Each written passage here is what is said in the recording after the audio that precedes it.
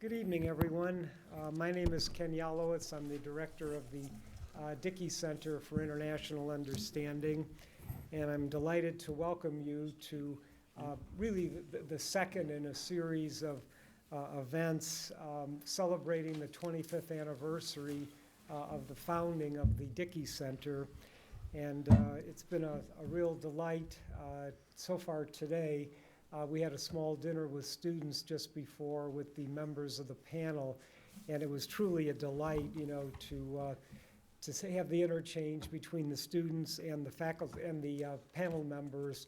A very, very good discussion, and I think we're going to continue that in a very brief moment.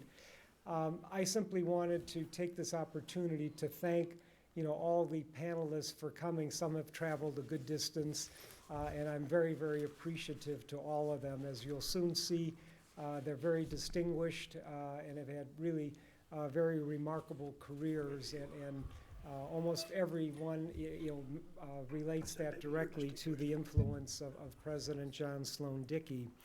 But I'd like to introduce the moderator of tonight's panel, Professor Jean Lyons, Emeritus Professor of Government here at Dartmouth, former director of the Dickey Center, and someone who is very, very close to all of us associated with the Dickey Center, a very popular and a very well-respected figure on campus. Jean Lyons. Thank you very much. We're all going to sit while we talk so that we're not bobbing up and down and it'll take less time. But I wanted to take a few moments before I introduce the panel to say something about John Sloan Dickey. I'm thinking of the students in the audience who think of him as a name, perhaps, and don't know very much about how he shaped this college. Those of you who are here, and I look around the room, I think some of you were here and knew him. That in point of fact, I think one can really say that John Sloan Dickey brought Dartmouth College into the modern age. It was a very small school when he came in 1945. He was only 38 years old. He'd been in the State Department during the war, and indeed had been in and out of the State Department all through the 30s. And it had particular responsibility for things like the early Reciprocal Trade Acts, which go back to 1933 originally, and in trying to get the United States to become a member of what was then the World Court, and that we now know as the International Court for Justice. And what he saw in the State Department, working with Francis Sayre, who had been his professor at Harvard Law School, and then working with people like Dean Acheson, he saw the isolationism in the State Department, and particularly in the Congress in the 1930s. Thwarting all of the efforts of Franklin Roosevelt to get the United States involved in the world. You may recall, those of you who've read your history accurately and well, that even in the late 1930s, 37, 38, 39, the president tried to get aid from the United States to the Brits and the French, and he was thwarted by isolationist members of the Congress who kept him from supporting what he saw was really the ongoing and building up threat of fascism in Europe. Now, I always thought it was interesting that Mr. Dickey found out that he was a candidate for the office of president of Dartmouth at a ball game. Some of the trustees came down to Washington to see him. He was still with the State Department. And they took him to see the old Washington senators. And they told him that Mr. Hopkins, who was then the president, had thought he might be a very good candidate to be president. And they asked John whether he was interested or not. And he said, well, I'm not sure. What's it involved? Well, he knew what it was involved because he'd been in the class of 29 and had been very close to the college. Subsequently, he went up to Boston to meet the other trustees, and before you knew it, he was the new president of Dartmouth. And as he left the State Department late in 1945 and came up to Hanover again, he began to reflect on the end of the war and what he had done during the war in the State Department. He had held a number of posts, particularly at the end of the post of Director of Public Affairs, which was kind of a public relations office of the State Department. And it was his task to be sure that the people of this country understood what the commitment that the United States was taking in signing the United Nations Charter and assuming a role of leadership in the world. And he worried whether the American people were ready to take on this responsibility. And as he came up to Hanover, he asked himself, what can I do about this problem at Dartmouth? What is the role of a college and university with regard to the international commitment that a country takes and the citizens must learn to understand? And a lot that he did while he was here in the 25 years he served as president really go back to that question that he had on his way up to Hanover from Washington. And just to give you an idea of one of the things he did, of course, was to encourage young people whom he had with him, and several of them are with us tonight, to think about not only the formal foreign service, but think about serving their country in one way or another, and particularly of understanding what was happening and understanding what was required of a country that was now going to be the most powerful country in the world. Now, the first thing he did, of course, and all of you, we all know that, is institute the Great Issues course. But I want to emphasize that the Great Issues course was not just a lecture series, because it was every Monday for the whole year, the senior class went to hear a lecture. And the next morning, they came together again to question the lecturer whom they heard the night before. And sometimes the lecturer was terrific, and sometimes the lecturer was not so terrific. Mr. Dickey always said, look, you're going to go through life, and you'll hear a lot of people who are not interesting, but you have to listen. That's wonderful. But there was more than that, because Mr. Dickey defined what a great issue is. And what a great issue had three parts. The great issue had three parts to it. One, that it transcended the disciplinary boundaries through which we teach. The great issue is economic, but it's also political, it's also historical, it's also cultural. And so it transcends the boundaries of the academic disciplines that the students were made aware of. They were made aware of there's another way of looking at a problem that is in its totality. And the second characteristic is that with regard to these problems, with regard to these issues, a choice must be made, a decision must be made on what to do about this problem. And the third aspect was, in making this decision, you are thrown into the depths of a moral dilemma. There's an ethical dimension that you have to take care of yourself. Now, I ask you, if we today were to have a great issues course, we might, for example, have as one of our issues global warming. And certainly that transcends any single discipline. You have to know something about physics, about biology, about politics, about economics. Or if we stem cell research, again, you have to know about a lot of things, and at the depths, there's a moral crisis in making a decision about one of those problems. So you can see that what he was trying to do with Great Issues was not only expose the senior class to a group of interesting people, but also to shape the way people looked at problems at Dartmouth College, both in the Great Issues course and elsewhere. But he did other things as well, and I'm just going to mention a few, because if you can imagine the college was without these other institutions. He built the Hopkins Center. I said to one student tonight, you know, in the old days, before Hopkins Center was built, and God bless me, I came here before Hopkins Center was built, if that's possible. But we used to go to a rickety old stage to watch the theater. And we didn't have, well, I forgot, Robinson Hall, my wife reminded me. And this was Dartmouth without the Hopkins Center. He also founded the Tucker Foundation.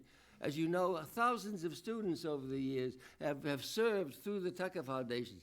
They've taught prisoners in the prisons in the Upper Valley how to use a computer. They've done all kinds of work. They've served others who have less than they did.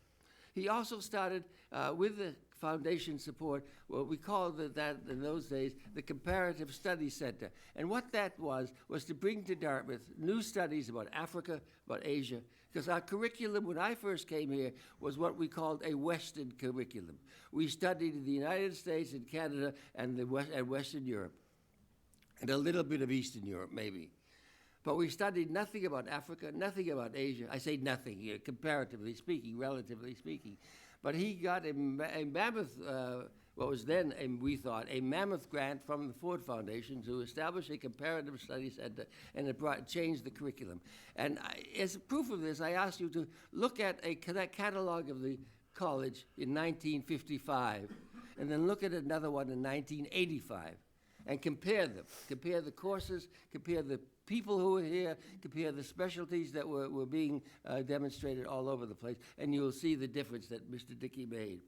He also started the off-campus programs, which was part of expanding the world of the student body, and also expansion of language training. So we first brought Chinese into the curriculum during his years, and that led the basis for bringing in what we now have as Japanese, Arabic, and Hebrew.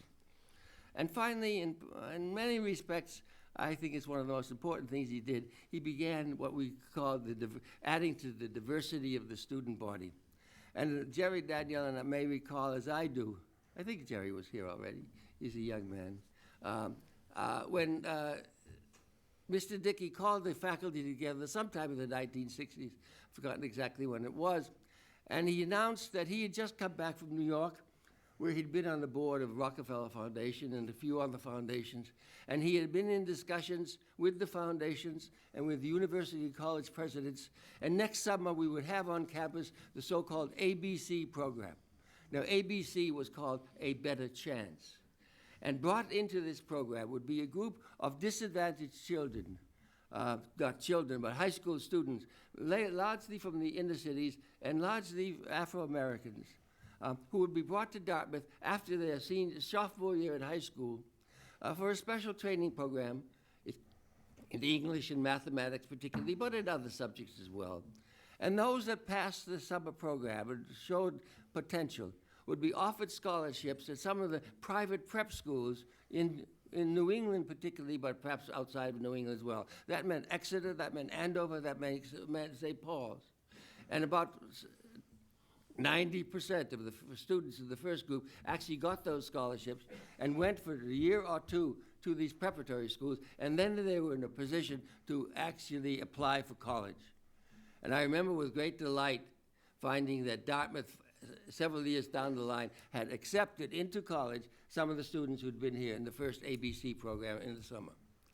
And that laid the groundwork, I think, for a lot of things that were done by other presidents in diversifying our student body, including bringing women, which we're delighted about. That was done by John Kennedy. And I think that John Kennedy and David McLaughlin and Jim Friedman and Jim Wright would all say that what they've done, and they've all done a tremendous amount, look at the building that's going on right now, but it was all built on the college that John Sloan Dickey first set up and first established. Because if you take away all the things I've talked about, you're down to bare bones. And if you think of all the things we enjoy, I think he began to institute them here at Dartmouth. And now we have four people who were here when John Dickey was here, and my colleague Marysa Navarro, who came at the end of John's reign, so to speak. And it was a reign because John Sloan Dickey was a tough guy. He was a very tough guy. And in many respects, he dominated the college. You felt, you weren't impressed by him, but you knew he was in charge. And when he spoke at convocation, and when he spoke at graduation, and from time to time in other gatherings, he expressed the will and the determination of what had to be done, and got you behind him. Now, one of the first people who actually came here about the same time as that John Dickey came here was Ron Spiers. Ron came here with the Navy program, the V-12, was it V-12? Yes. Ron? Yeah. I always forget about the Navy because I was an Army man. But he left right away to go to service during the Second World War, and he was served in the Navy in the Second World War, came back to college, and graduated with the class of 1948. Now, Ron wrote about his experience in the college, and I read it some time ago, and he says that one of the most exciting things that happened to him while he was in college was that he met Reinhold Niebuhr, the great theologian, the great Protestant theologian, and had a 3-hour conversation with him on the sidewalk outside of the Hanover Inn. The only problem was, Ron, You also said in that piece that you wrote that you've forgotten what you talked about. I remember about that time I was reading Niebuhr's book called The Irony of American History, and I bet you talked about that, because one of the ironies that Niebuhr talked about was the irony of having to threaten to use an atomic weapon, which is an evil thing to do, in order to combat evil, which was the Soviet Union. That book was a marvelous book, and it would have been a worthy topic, because when Ron got out of Dartmouth, he went on to be a Wilson Scholar at Princeton and got a master's degree, and then went into the government, and his first job was with the Atomic Energy Commission. So he may have been dealing with this very irony that Niebuhr spoke about. But then Ron went in and to begin a distinguished service in the State Department. He began his career early in those years as a junior officer in the British, not the British embassy, but the American embassy in Britain, in London, and eventually became the deputy chief of mission there, but then went on to become ambassador to Pakistan, ambassador to Turkey, to assistant secretary of state for research and intelligence, and with long time interest and involvement in the Office of Political and Military Relations, and working long hours on arms control problems. And he finally became Undersecretary of State for Management, dealing with the department's operations all over the world. Now, if it wasn't enough, foreign service officers don't retire; they just they fade away, sort of like college presidents. Ron retired, but then immediately he turned up at the United Nations as Undersecretary General for Political Matters. And he hasn't stopped, because he continues to lecture, he continues to write, and he continues to think about the things that involve all of us in the world. So tell us more about it, Ron. Well,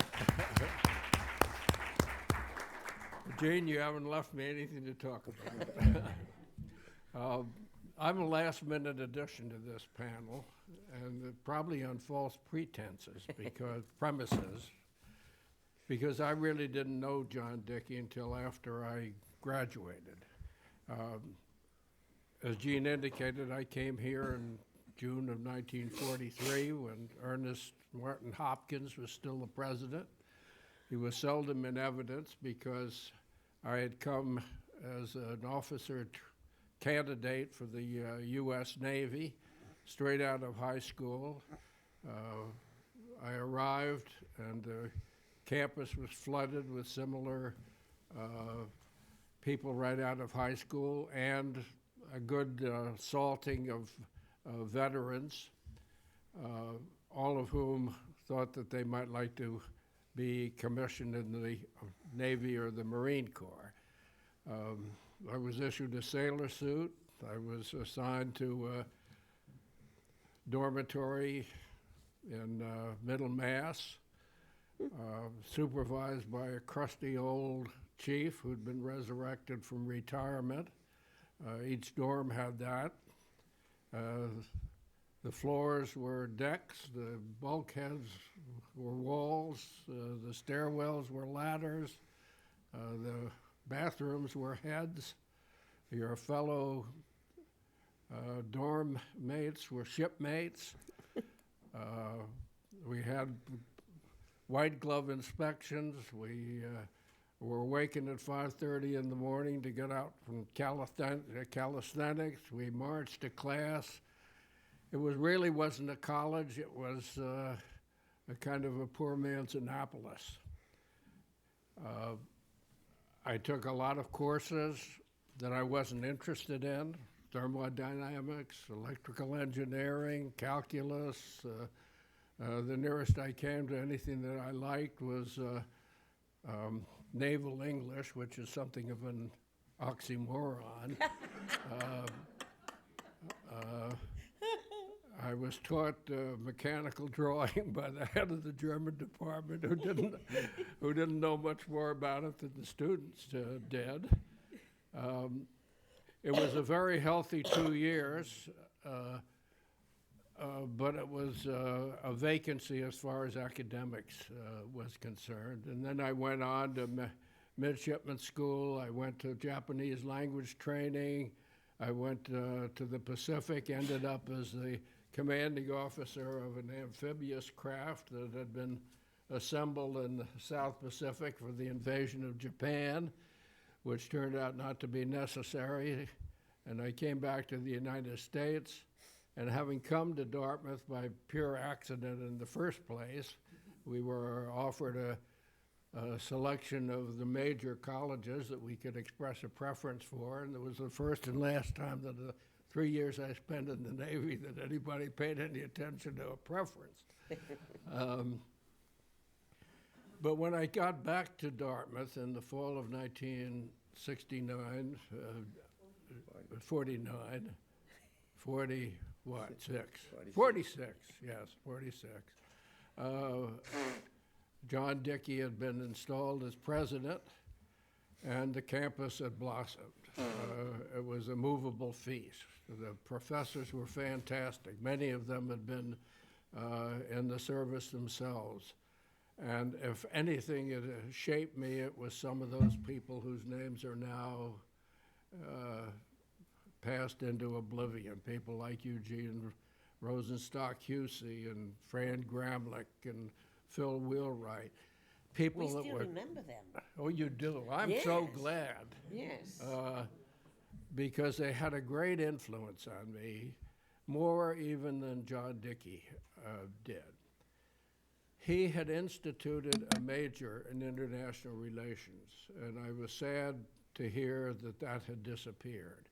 I was one of the 6 people, I think, that signed up for it. The head,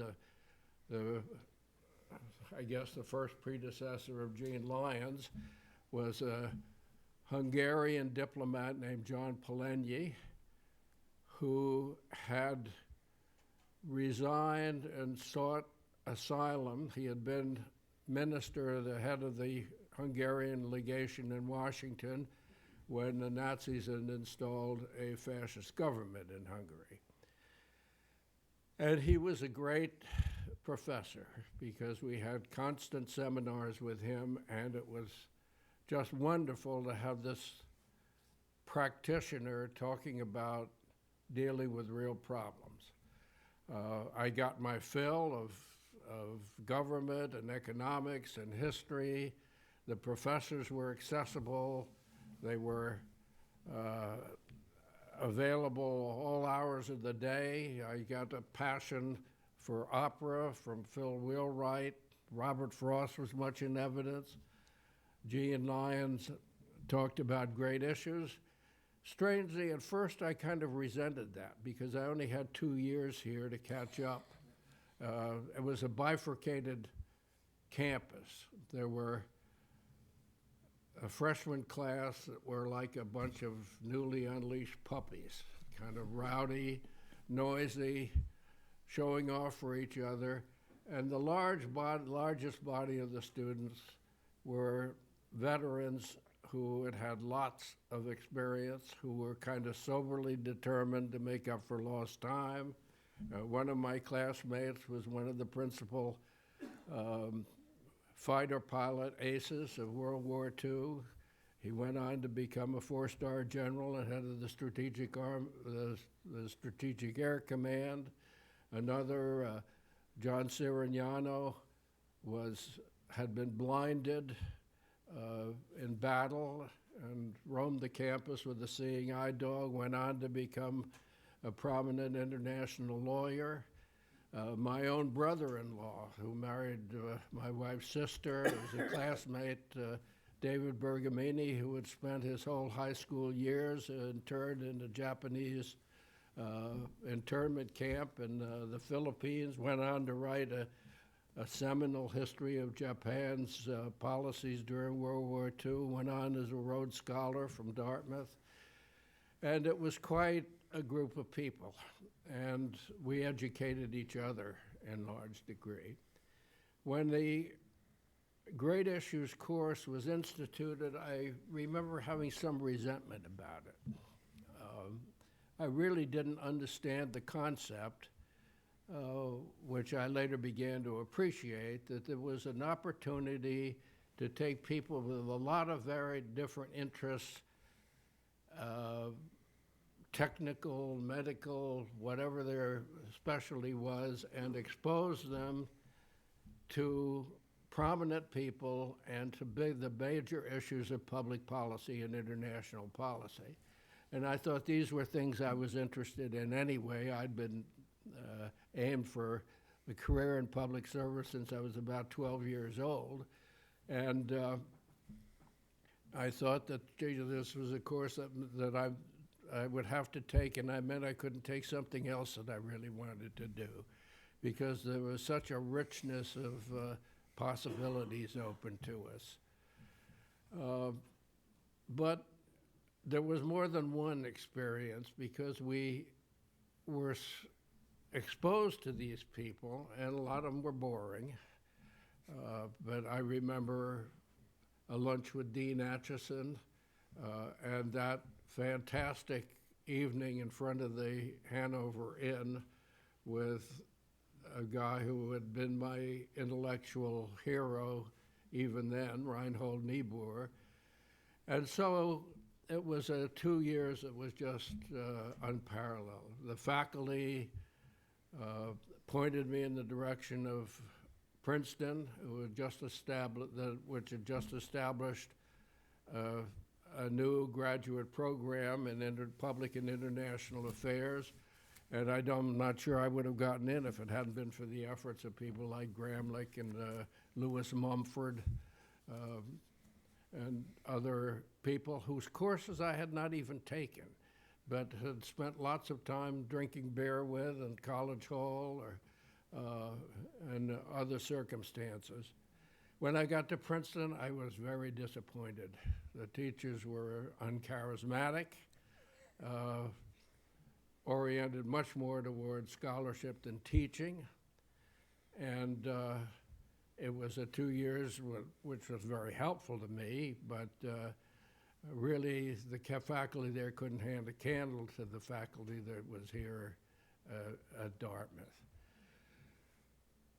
When I finished at Princeton, I did go into the State Department, and that's the first time I think I had any real contact with Dickey, because I think he found out that I had tread that path, and I don't know anybody else from my class that did that. Now I look back on a career of 40 years in diplomacy and wonder at it. I worked with 6 presidents personally, with 10 secretaries of state. I had various positions of responsibility and there's not a minute of it I would trade for any other possibility. I have a grandson that graduated from here in the class of 2002, and I remember when I accompanied him up here to look the place over, he asked to see the room that I lived in, and we went up to the third floor of Middle Mass and knocked on the door, and the door was ajar and it opened, and it was a scene of utter devastation. Clothes, dirty clothes, spread around, paper plates with remnants of pizza on them. And my grandson looked at it and he says, "Grandpa," and not a trace of irony, "this is neat." Later that day, we sat in on a lecture that was being given by a visiting professor on the history of the Cold War.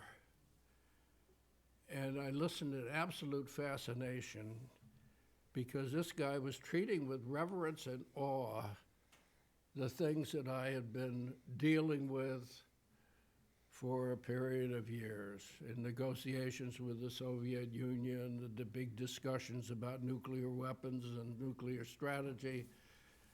And all of a sudden, I thought of Moliere's bourgeois gentilhomme, who was astounded when he learned that he'd been speaking prose all of his life. And I was similarly astounded that I'd been making history all of mine. Thank you, Ron. 10 minutes. The years after the Second World War were interesting on many college campuses. Now, our next speaker is Bill Frenzel. He's the only person on the panel I had not met before, but met him today and also already got an appreciation of the kind of person he is. Bill, when he wrote me a few days ago, he said that he had not spent his time wisely on campus. And he did, most of the time, he pursued a young woman at Skidmore, I think, wasn't it, Bill? Who then became his wife and still is, and he's very happy about having spent that time. But he must have done something because Bill Frenzel was voted into Cask and Gauntlet and Pediopatis, and you have to have done something to have been voted in there, and he was. And he also, while he was here, took advantage of the so-called 4-5 program with the Tuck School. So when he graduated in 1950, he got not only a bachelor's degree, but also an MBA. And then he went into business for a number of years until 1970, when he served the first of 10 terms as a member of the House of Representatives representing a constituency in Minnesota. And one of the interesting things that he talks about, and there's a curious connection with John Dickey, which he may not realize, he was the congressional representative to the General Agreement on Tariff and Trade. Now, I don't know, Bill, if you know that, but John Dickey was a member of the American delegation to a meeting in 1949 in Havana that was, at that time, negotiating for a World Trade Organization. Now, those negotiations fell apart simply because the Congress of the United States decided that the United States would not be able to join such an organization at that time. We were the most important economic power, and there would be disadvantages to us to join the organization and be tied down by regulations. But what did survive out of those negotiations was the General Agreement on Tariff and Trade, the so-called GATT, which resulted in the reciprocal trade reductions over the years until about 10 or 15 years ago when the World Trade Organization was finally established and the GATT was sort of folded into the World Trade Organization. Well, Bill worked on those things and also worked on a wide variety of advisory boards. And since he left the Congress after 10 terms. He's been a visiting scholar at the Brookings Institution, which I always thought was a haven for Democrats, and he's a moderate Republican. I don't know how you got in, Bill, but at any rate, another interesting thing is about Bill Frenzel, that in 1994, he was a consultant to President Clinton on the North Atlantic Free Trade Association negotiations. And he's also been appointed to positions by President Bush, young George. And this has been both the Committee on Trade and Investment and also the Social Security Commission. So he's played both fields and both demonstrating at college and after college that he must do some things right. So, Bill. Thank you very much, Gene. I played a lot of those fields, but I dropped a lot of balls, too, out there, I got to tell you. Thanks to Ken Yalowitz and the Dickey Center for inviting us to participate. I'm edified sitting here amongst all these ambassadors and doctors and so forth. And I obviously don't belong here, but I'm delighted to be here. I feel like the onion in the petunia patch. I was, however, a member of John Sloan Dickey's first class. It is true that he became president in 1945, but the first class, which he welcomed to Dartmouth, was mine, the following class. I don't speak for the class, but I do have some fond memories of President Dickey and of the interesting international aspects of college at that particular time. It was an interesting time. World War II had just ended. Ron had come home after saving the world. And the best generation was devoting its energies to getting educated. 2/3 of my classmates were veterans. The Cold War had begun, and most Americans didn't know it. NATO was still 3 years away. There were meetings going on up in a little place called Bretton Woods, but nobody had ever heard of the IRBD or the IMF. The Treaty of Havana, which Gene mentioned, was still 2 years away. There was no gap. Japan was starving. Europe was flat on its back. The Marshall Plan had not been invented yet. And in short, those were the best of times and the worst of times. And President Dickey did his very best to have those of us who were studying at the time understand that there was a world out there and we could not turn back inside ourselves after having restored or helped to restore a little order out there. He knew we weren't done, and he tried to get that impression across to the students. And his message was that not only did we have to participate, that we had to invest, and we had to invest a little sweat as well and show some leadership. He served it up to us in, I think, merciful doses. And nobody had to subscribe to the theory or take a pledge, but it was pretty hard to avoid the message that he was trying to get across to us. He wanted us to understand the shrinking of the globe, and some of the people at this table understood it better than the rest of us and got right about trying to work on the problem. For John Sloan Dickey and for all of us, the Foreign Service is sort of the vanguard of whatever the U.S. is doing in the world. They are the people who go out and do the heavy lifting. But in a lot of ways, they are the tip of the iceberg, because America is not only the Department of State. They are shortly followed by military and intelligence people, by commercial people, by farmers and their exports, and ultimately by the NGO do-gooders, students, tourists, scholars. All of them had a place in John Dickey's scheme, and he was very successful in convincing those who were here that we had a part in it. I didn't understand great issues, but the international emphasis was pretty hard to miss. I remember writing an entire final examination on the difference between freedom and license in the world. And the fact that I graduated was due to whoever read that paper's mercy, not to the fact that I understood what I was writing about.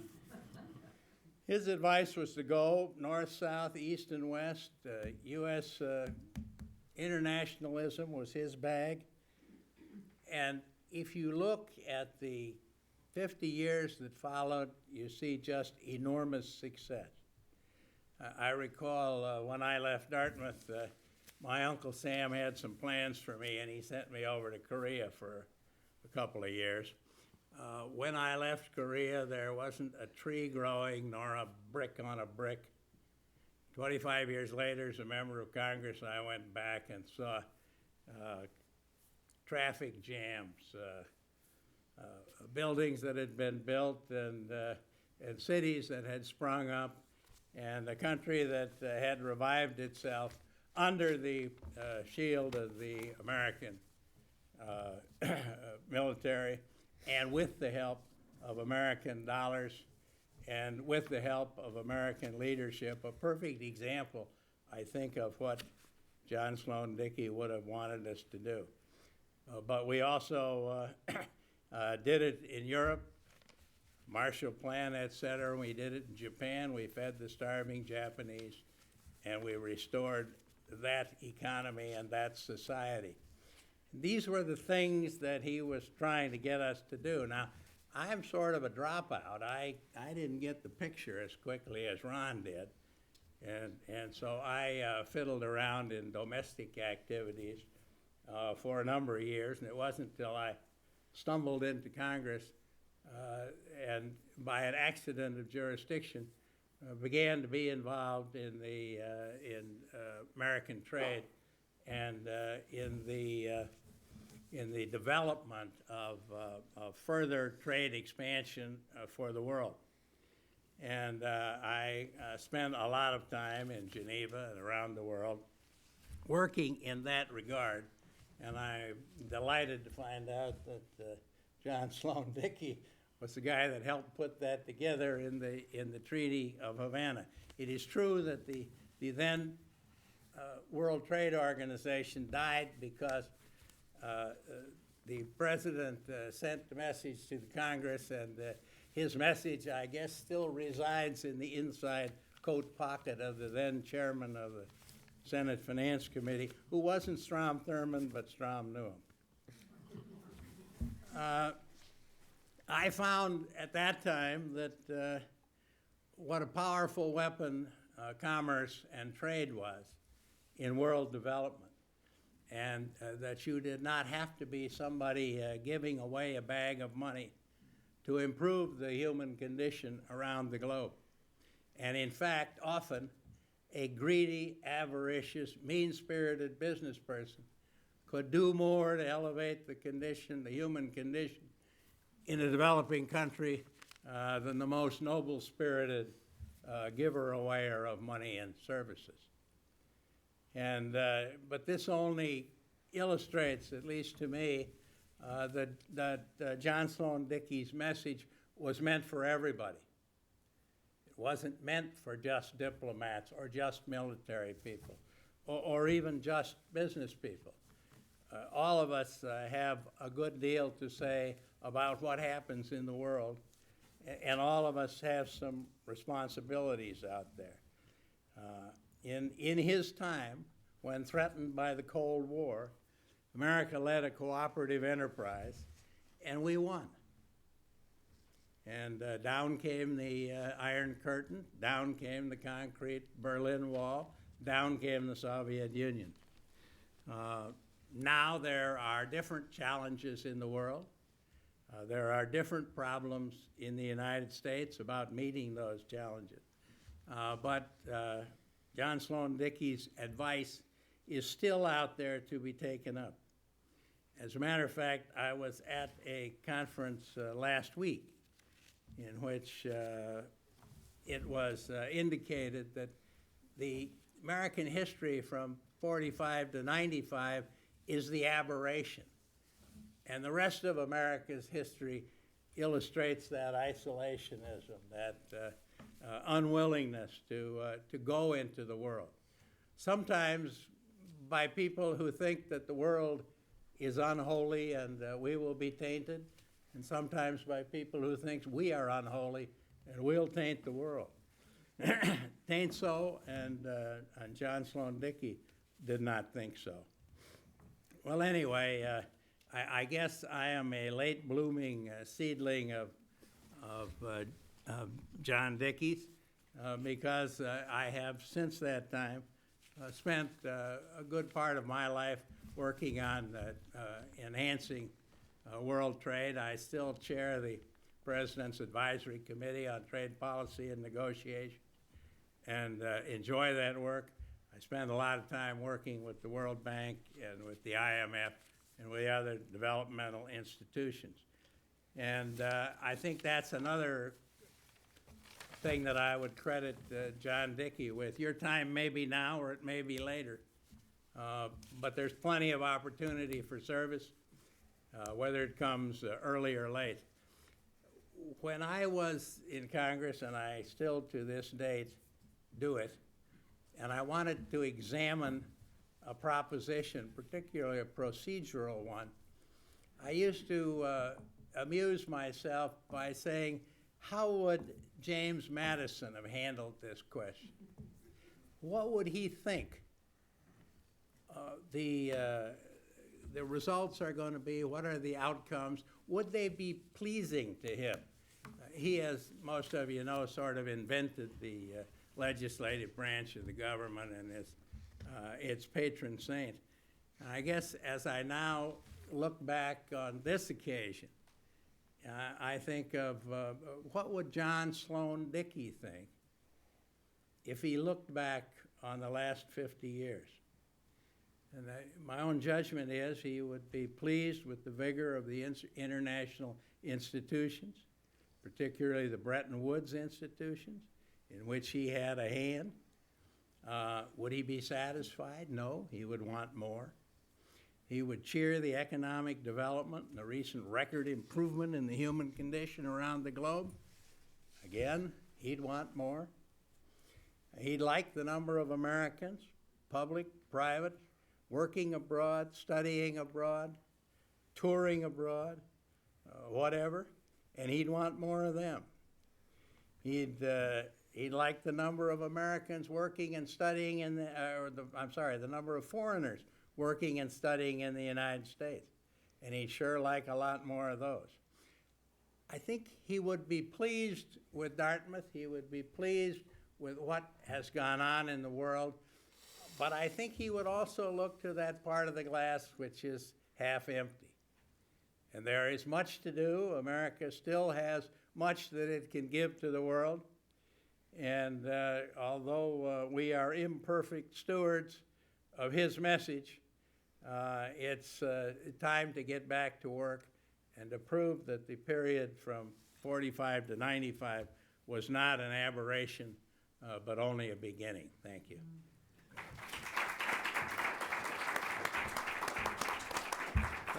Thank you, Bill. Thank you very much, and we're delighted that you've come and that I have a new friend. The next speaker is Jonathan Moore of the class of 1954. You know, ever since I've been here, it seems to me that Jonathan Moore has been advising me. In one way or another, every enterprise, every activity that I've taken, we've always looked to Jonathan for some advice. Actually, when Jonathan was at college, he was a major in English, and he managed the football team as well. But he's now grown up, and he's now a visiting scholar at the Dickey Center, and from time to time will be with us between now and June. Now, after he left Dartmouth, he went on to Harvard for a master's degree, and then had a series of experiences in the federal government. Jonathan, I remember, was in the Justice Department. He was in the Defense Department. He was in the State Department. He ran the gamut, and he could deal with issues in all of these different departments. He went back to Harvard after some time in government and became the first director of the Institute of Politics at the new Kennedy School. And if I remember, one of the major enterprises that you undertook there was to develop programs to orient new congressmen on their duties and responsibilities. And I think Democrats and Republicans alike, there was no differentiation. After almost 10 years at the Kennedy School, he went back into government as head of Refugee Affairs at State Department, and then on to the United States delegation to the UN at the rank of ambassador, when he served particularly with the Economic and Social Council. And since then, he's worked with the UN Development Program as a special consultant, and also with other developing organizations like the Red Cross and organizations that dealt with the development issues and what we term now, even though some people don't like it, nation building, to see together that in many of the so-called failed states of the world, that what is required is a combination of providing security plus economic assistance and plus political development. And this he continues to do, and will share this with many students while he's here at Dartmouth through the spring term. So Jonathan, welcome home. Thank you. Thank you all for coming tonight, and I'm really pleased to be on this panel with such nice people, and many of whom I've worked with and known before. Including Bill Frenzel. Is this on? How about that? Including Bill Frenzel, not on world trade, but on refugee issues, which was a big kick. I was already somewhat acquainted.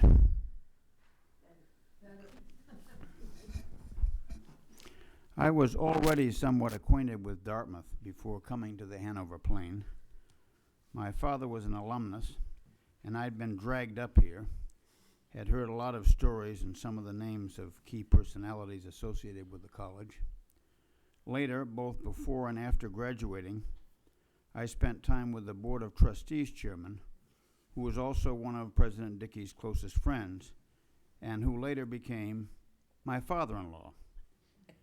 I'm mentioning all of this because the relationship was a little unusual, and because you ought to know the background to this personal account about his influence on me concerning what I was pointing toward doing by the time I realized I had to do something. When I showed up in the fall of 1950, I remember thinking of how big he was. First, simply by virtue of being the president, the boss of this new exciting place, this college. But second, especially to a scrawny freshman, he loomed over me. From that height, not intimidating but maintaining distance, he conveyed what I felt to be a friendly openness and interest. I became aware at some point that he was present at the founding of the United Nations and had served in the Department of State, places which were becoming increasingly interesting to me. I noticed that he often spoke about international issues, connecting them to what was going on at the college and what it stood for. In his welcome to our class, he typically discussed the outlook in world affairs. And throughout our time at Dartmouth, it seemed he could not for long avoid speaking about international life and how it was connected to our life. His conviction likely buttressed by the experience in his previous occupations, as well as the desire to offset the temptations of North Country isolation. But on the few opportunities we had to talk about my activity at Dartmouth and what might lay ahead, he never pushed a life of service for the country or a career in international work or the courses to prepare for such, only getting the most out of the opportunity at hand in the liberal arts and according to my own evolving tastes, which were diverse and unstable, but with some slender attention to the humanities. My recollection is quite strong that while at Dartmouth, I took it for granted that I would somehow have a career in government and international affairs, but figured I'd learn enough about that as things unfolded. For now, I wanted to study what I wouldn't have as inviting an access to later. John Dickey's richest direct contribution to this strategy of mine was to provide the opportunity for me to spend some time with Robert Frost, as well as with his poetry. The only explicit advice he ever gave me, which I asked for, was with regard to what kind of graduate study I would seek. I was thinking about law school. What would he think of that idea? He answered that going to law school would be appropriate for someone who actually wanted and intended to practice law, and that it was no longer such a good idea to go to law school as preparation for almost anything you wanted to do, and that now there were a whole lot of offerings at other graduate schools to help prepare one for various career paths. Just one of them, which may have been cited in our conversation, was the Litauer School at Harvard, where I could, and as it turned out did, study public administration and international relations. So that worked out pretty well. It was not until some time later that I saw the true sensitivity and wisdom of the man, when it struck me with vivid clarity that his guidance to me had been principally based on the judgment that even if I was able to get admitted into a law school, there was considerable doubt that I'd be successful in making it through one. There are two specific points I want to mention where President Dickey's thoughts about the world at large influenced mine, either as an original matter or freshening something already there. But in any event, which connected and which have stuck with me throughout my own experience since then. I have come to believe that our most abiding danger and challenge today, maybe along with the environment, is the gap between the rich and the poor, affecting everything else. I got the first inklings, wafts, of this idea from Dickey while at Dartmouth. For instance, speaking at the convocation of our freshman class about collective security, he commended the UN action to oppose armed aggression in Korea as putting first things first. But he added, no self-delusion could be more self-destructive than for the free and well-fed people of the West to imagine that that is the whole answer to the great issues of war and peace. He then spoke of the essentiality of positive cooperative programs which would recapture the hopes of the people in far lands for making a better living for themselves, unquote. And at our final convocation, Dickey questioned the conventional definitions of national security and said, the old concepts of security through greater strength may already have lost much of their relevance. The second point of influence was more philosophical. John Dickey wasn't ideological, and he struck me at least as very much a realist, strongly pragmatic, stressing competence. But what gradually seeped through back then until it became consciously recognized by me was his deep belief that spiritual and moral purpose was absolutely crucial to success in the service to the nation and to the world or to anything else. In his various public statements and writings, he repeatedly used references in making this core philosophy clear, such as moral sensitivity, commitment to conscience, grace, higher ground, a better person, the moral and spiritual factors in the growth of a man. He was telling us not to let our intellectual and functional expertise and talent, or the political challenges of the moment, forget the essential values and principles which must guide them and be found in them. It became clear to me that this conviction was much more than rhetorical and exhortatory, but deeply, constantly felt. Policy had to mean more than just policy to Dickey.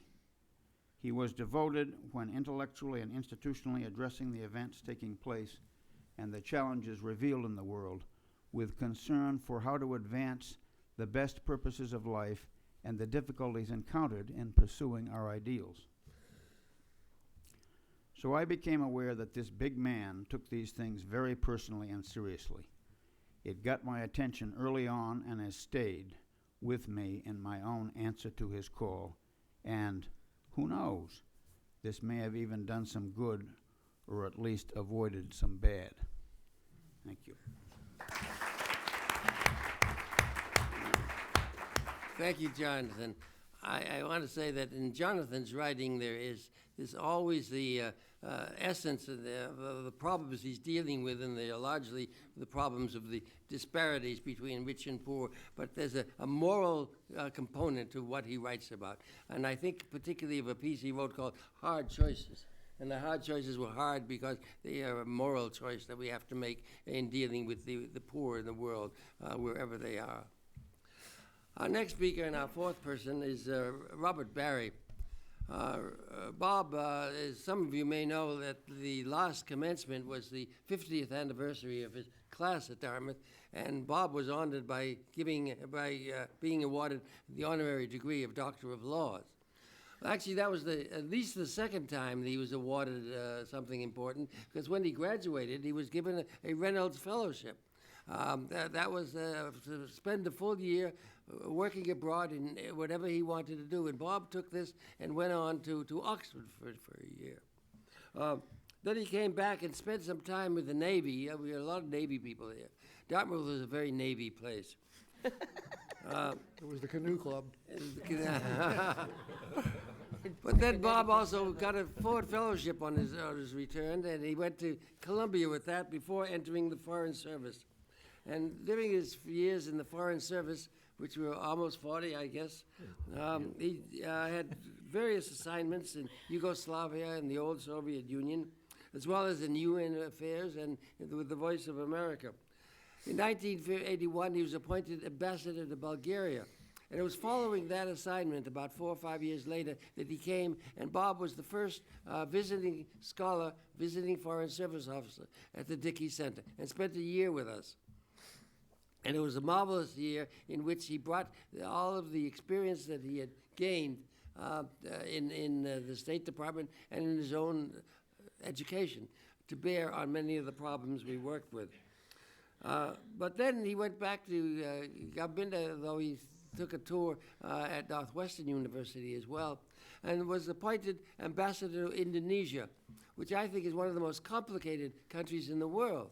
And yet he took that on, and that was his last major assignment in the State Department. But as I said earlier, Foreign Service officers are like professors. They don't really retire. Because after he left the State Department, Bob took on a number of assignments, particularly in Bosnia, in supervising the reconstruction of Bosnia after the war that had occurred when Yugoslavia imploded itself. And he's continued to work in Eastern Europe, and he's been, I think, on as many election supervisory missions as any man that I know.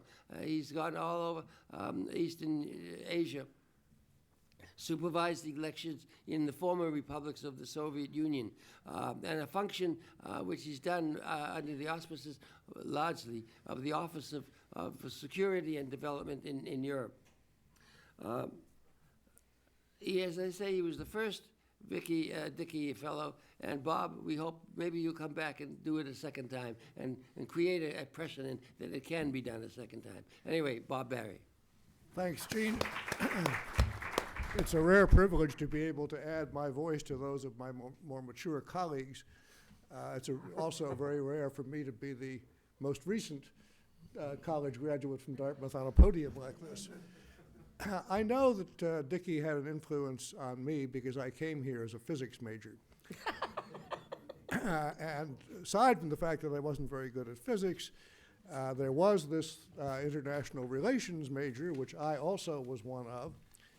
And the secret about why I came back here actually was that Ron Spiers was then the Undersecretary for Management. I was out of a job after Bulgaria, which, as it turned out, was not really such a reward but a punishment, because that was under the Reagan administration. I had been the senior career person dealing with the Soviet Union and Eastern Europe under the Carter administration. And when the new team came in, they said, there's one thing that we have to do, and that's get Barry as far away from any policy things as possible. So that's why I went to Bulgaria. But when I came back, I said to Ron, what am I going to do? And he said, well, go back to Dartmouth and see if you can't get them to reinstate the international relations major. I tried that with Gene and with David McLaughlin, and I failed at that too. But I again say that it was a really good thing, and we ought to think again about putting it back in, and if I come back, I'll try. My career, I think, is somewhat mixed, because most of the countries I served in and most of the ones that I specialized in don't exist anymore. When I went to Indonesia, they knew that I had been designated just before that to be ambassador to Yugoslavia, but then Yugoslavia had fallen apart. They knew about my experience in the Soviet Union and what was happening there, and they were sure that I was coming to Indonesia to supervise its dismantlement. East Timor came somewhat later, but I'm glad, however, to see that these things are now regarded as victories. I was never sure at the time. I thought that I had become irrelevant instead of victorious. After all, who needed people to read between the lines of Pravda anymore? And for that matter, who needed people who were specialists in arms control when the latest administrations don't seem to be very interested in those topics? That was indeed, like Ron, something that I spent a great deal of time doing. So I had to reinvent myself, and it was in Bosnia that I reinvented myself as a nation builder. It was clear to me that there was more to nation building than there was to nation overturning, because the military commander with me there in Bosnia was Eric Shinseki, the later chief of staff of the army, who was the person who said before the Congress that it would take several 100,000 people to stabilize Iraq after the war. He's now regarded as maybe the secondary hero, because the new military hero is General Petraeus, who hasn't really arrived there yet. But other than that, Shinseki certainly seems to have the credit for all this. Actually, that was a very interesting time. This was the Organization for Security and Cooperation in Europe, an organization about which people know relatively little. But it is a remarkably flexible organization. We managed to put 2,000 people on the ground there within a few days after the Dayton Agreement was signed. At election time, we fielded another 4,000 election supervisors, because we did not simply monitor the elections, we administered them from beginning to end. I think now we're going to see in other parts of the world, such as Kosovo, how you end up doing more in the way of nation building. But what's clear about it is that it is not a short-term process. It's been now 12 years in Bosnia since the Dayton Peace Agreement, and the country is almost as unstable as it was at the beginning over the possible partition as a result of the independence of Kosovo. Well, after a few years at that, I decided that the latest growth industry was spreading democracy. You've probably heard that this is the prism through which our foreign policy ought to be viewed. And I have done a number of elections in virtually all the countries of the former Soviet Union and many in Eastern Europe. And I guess my conclusion is that the enemy of political stability is elections. When you have an election, you are not looking for a middle ground. You're looking for diametrically opposed differences. We sometimes even see this in our elections. But if it's true sometimes in the United States, you can imagine how true it is in a country like Kazakhstan or even Israel or even Iraq. Because if you look at General Petraeus's comments about the situation in Iraq, one of the comments he has made is that the election there was deeply flawed because it led to sectarianism and not to any spirit of compromise. So I think these are things that we have to be cautious of as we look around the world for ways in which our own experience of several hundred years can be duplicated in a decade or less. I'm off tomorrow to a conference which could be relatively brief, which is a conference about the spread of democracy in Central Asia. But it's going to take us 4 days to figure out that this has not worked terribly well, because these are societies which are basically clan-based, tribal-based, and where the price of being a successful oppositionist, as happened to a good friend of mine in Kazakhstan recently, was to be assassinated. So I don't say that this is something we should not be trying, but I say that it's something that we should not expect instant success, and we may very well also see many failures along the way, as when Hamas or Hezbollah end up being the victors in a democratic contest.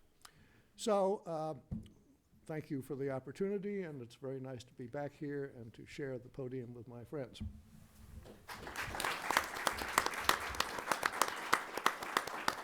Thank you, Bob. You have now heard from 4 alumni with very rich experiences, and I now turn to my colleague, Marysa Navarro, who joined the faculty in 1968 and has been a dynamo in a whole variety of ways since then. We knew right away that we had somebody when Marysa appeared. She is dynamized, is it such a word? I'm not sure. But she has made the whole study of Latin American field dynamic here, and has inspired a number of students. But beyond that, she has also undertaken a very rich scholarly enterprise, and she's also an activist. And yet she keeps these roles quite distinct. You know, being an activist and being a scholar sometimes gets you in trouble. Well, Marysa has gotten into trouble from time to time, but she knows when she's an activist and when she's a scholar and when she's a teacher. And she's a marvelous teacher. She was, her colleagues not only here but elsewhere can appreciate the contribution she makes. She was, for example, president from 2004 to 2005 of the Latin American Studies Association, which is the major association in the United States, and indeed I think in the hemisphere on Latin American studies. She also, however, as an activist, has attended some of the great world conferences that are run by the United Nations. The Population Conference in Cairo, the Women's Rights Conference in Beijing, and the Human Rights Conference in Vienna. This has all enriched her own life and her own teaching, which is concentrated on feminism in Latin American politics, and she's written widely on that marvelous woman, Evita Peron. She also, I think, has been involved with the International Population I can't get the name of that organization, as well as the Catholics for Free Choice, and with the Human Rights Watch group, especially the Women's Project. Her arrival at Dartmouth in Hanover in 1968 sort of shook everybody up, and she's continued to do so. Marysa? Thank you, Jane. Obviously, I'm delighted and very honored to be here at this panel, and I want to thank Ken Yalowitz for inviting me to participate in the panel, and I'm particularly pleased to be here with my old colleague, Jean Lyons, whom I met, I guess, the first time that I came to visit, even before I was hired at Dartmouth College, and who has made my participation in many of the Dickey Center activities very agreeable and very important for me. Obviously, I did not graduate from Dartmouth. I am the odd woman out in this panel. I did meet, however, President Dickey. I think I shook hands twice, once at a Christmas party, and I went to the house to see, and there was a beautiful winter garden with lots of flowers, I remember, and plants. And then I remember, above all, one of the first faculty meetings that I attended at Dartmouth College in 105 Dartmouth, when he paced back and forth on the what is it called, this part of the stage, and he was enormous, Jonathan. He was enormous. I was also very young, and I was the only woman in the faculty meeting, and he was there. Seemed enormously scary to me, and then I realized, as I saw him then, despite the physical impression that I had, that I was not overly impressed with him. This was 1968. This was a very difficult moment at Dartmouth College. The meeting on 105 Dartmouth was on ROTC. Jean, you were there. and you were there too. And I don't know if you were there, Jerry. Yes, you were there. I was there too. It was my first meeting. It was very difficult. That previous commencement, Jimmy Newton had told students, he was the valedictorian, in front of Baker Library, if they call you, don't go. It was an enormous change. It was an enormous confrontation. It was the Vietnam issue come home. It was a very difficult time. And it was, a few months later, the students took over Parkhurst. So, and in those days, in those months, I thought that President Dickey should have resigned a few years early, like 2 or 3 years before, and things would have not gone the way they went, or which as I believe now would not have happened. I mean, things would have happened at Dartmouth, but he was, to me, unable to handle graciously whatever happened at that moment. And it was very sad. It was profoundly sad because my colleagues were full of admiration for him, and I and the younger generations of faculty, I think, did not understand what was happening in that sense. Yet, one of the interesting things that happened to me that in the last 20 years, my admiration for Dickey has grown steadily, uninterruptedly, and I think that now he is one of the most important presidents in the history of Dartmouth College, that he created the modern Dartmouth, the one I know, the one I have lived in, and the one in which I have thrived, and my colleagues have thrived, is the result of the years of the activities and the decisions that President Dickey took.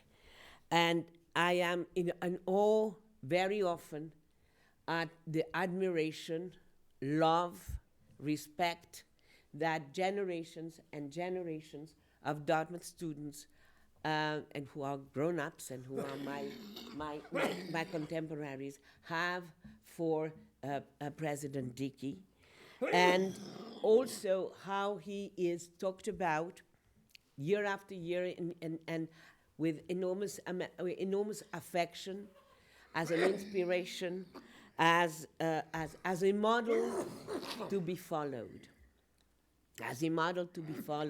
even years after that, after years have gone by. He is, to me, the Dartmouth equivalent of the national figure at that time, which was the Kennedy figure. He was, that's who he was at Dartmouth College, for the most part. My views about Dickey have changed enormously for two basic reasons. One, because I have read him in these last 20 years. On many occasions, I've been asked by different classes, graduating classes, to talk about the changes that I have seen at Dartmouth. I've been asked to talk about how Dartmouth was when I came, the class of 68, the class of 78, et cetera, et cetera. And every time, in order to understand how things were when I came, I have to go back. I have had to go back and read him. And the more I read him, the more I appreciated his open-mindedness, his embracing of the world, and his commitment to a sense, what Jonathan pointed out, a sense of morality and principle, which I think is amazing in his writings to these days. And the other reason that I have changed my opinion, has changed enormously my opinion of President Dickey, is my activities or my activism. As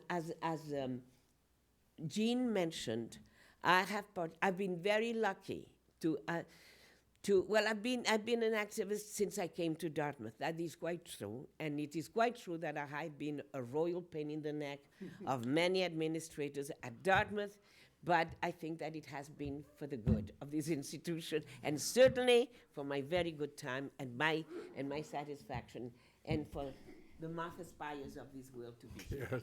That's I good. have to say, we have two daughters that graduated from here, one of them in the class of '79, and my wife mentioned, she lives in Oregon, my wife mentioned that we were going up to Hanover, and that I was going to be on a panel, and that Professor Navarro was on it, and immediately I rose in my daughter's eyes as an important person.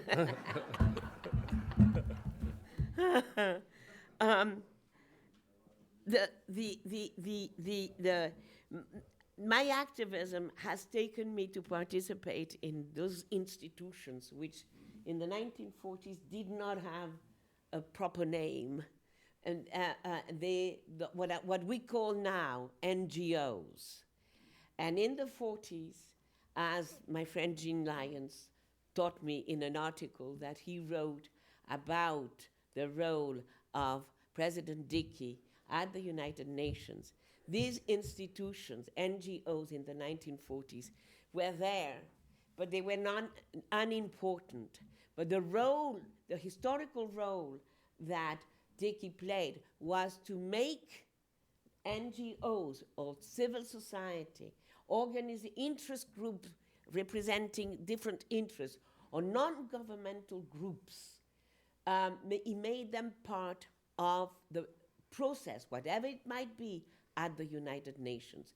And therefore, in the ECOSOC, he managed ultimately to have them have a standing, a legitimate standing together with the governments. If the United States, if the United Nations is an association or a group of different governments that get together to discuss certain matters, then, because of Dickey, civil society in non-governmental groups was admitted at this table and was made part of the process anytime that the United Nations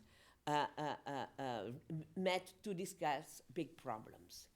And it happened at the time of the ratification of the UN in the United States. He did it, and he was instrumental at creating the style of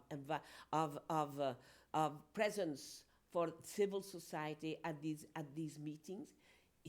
And it happened above all in the 70s, when the United Nations began to sponsor the series of large world conferences on a variety of issues, the environment, human rights, women, etc., in which, therefore, we cannot conceive of the meeting of the 90s, of the world conferences of the 90s, without the presence of the NGOs. There is a group of NGOs, and I participated, as Jean mentioned, only on certain conferences. I was in the human rights and the health, the big conference, an important one in Cairo, and all the women's conferences, and in particular the last one at Huairou in China. For you to know, and this is, I think, every time when I was in China, I thought about Dickey, I have to tell you. Sarah, I did think about him. It was extraordinary. If you think that in 1975, the first women's meeting in Mexico, 2 women representing NGOs went to Mexico. Then in Copenhagen, 8,000 women went. Then in Nairobi, 15,000 women went. And when the meeting took place in China, 30,000 women went from all over the world in a parallel conference, because there was the meeting of governments, of representative governments in Beijing, and in Huairou there were 31,000 women discussing the same issues that were discussed in Beijing and others as well. This is extraordinary because this was the reaction of the possibility throughout the decades of having a role at the table of the discussion. Not only was there a parallel conference, but what has happened not only in the United States, but in the rest of the world, that every time that there is an international conference, there is a delegation. In the delegation, there are representatives, national delegations. On the delegations, there are representatives of NGOs. And every day in Cairo, every day in Beijing, every day in Vienna, there is a representative of the head of the delegation of the United States, of France, or Great Britain would meet with the NGOs to report what had happened in the closed sessions, and and to hear the questions and the requests and the pressures put upon him by the NGOs. This type of channel, a double-edged channel, a two-way channel, which Dickey expressly wanted, and he expressed that in his writings before the San Francisco conference, which he wanted to happen at the United Nations, is what has happened.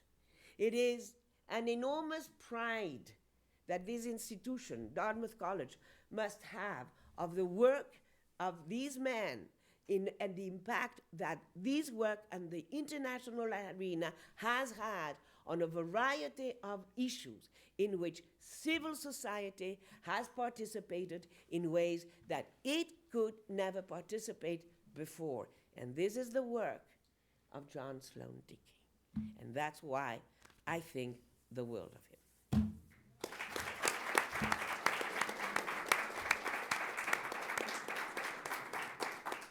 Marysa, I apologize, your moderator That's all right, dear. didn't collapse entirely, but thought it best to get on. Well, we have a little time. It's cold outside, so if you want to keep warm for a little while more, we can take a few questions that some of you might have. Yes, Dennis. First, I'd like to say that the presentations were just all terrific, and I thank you all. I think they were wonderful. You've all spent a lot of... First, to thank you for your presentations, which I think are terrific. And secondly, you've all spent a lot of time in Washington, or in and out of Washington, or observing Washington, observing the world. And I'm wondering today, after all that experience, and listening to often the criticism that we've never been more fragmented as a country or as a political entity than we are today, and so on. Are you optimistic about what you see, or pessimistic about what you see in Washington and in the world? Ron, you want to answer that? I'm hopeful. Neither pessimistic nor optimistic. Now, Bill, you're in Washington hand now. Yes, the problem with me is, however, that to be, or to have engaged in politics means that you're a cockeyed optimist. And so I tend to run to that side of the scale, and so I am always optimistic, and especially when things aren't going so well, that's the best time to be optimistic. The worm will turn. I guess you can recall William Faulkner's Nobel Prize speech, which ended with, "Man will not only survive, he will prevail." And And what? Go ahead. and what do you think about that, Ron? There's a silence. Yeah, I think, yes, I don't think that, I guess I'm more on the optimistic side than the pessimistic side. Where were you, Jonathan? Well, I'm gonna give an evasive answer. Yeah. It's all right, it's evasive. That's intentional. Now I'll have to be more direct. I don't like just speaking personally, either pessimistic or optimistic because they involve the requirement of making a prediction. They're both predictive. I don't have any predictions. It's the attitude and the competence, the commitment that we address to dealing with the problems and the challenges and the opportunities we face in order to have been right if we had been optimistic. For me, my pessimism, at least this is my rationalization of this, my pessimism is very important to me because it fuels my hopefulness. It's a matter of avoiding reality denial.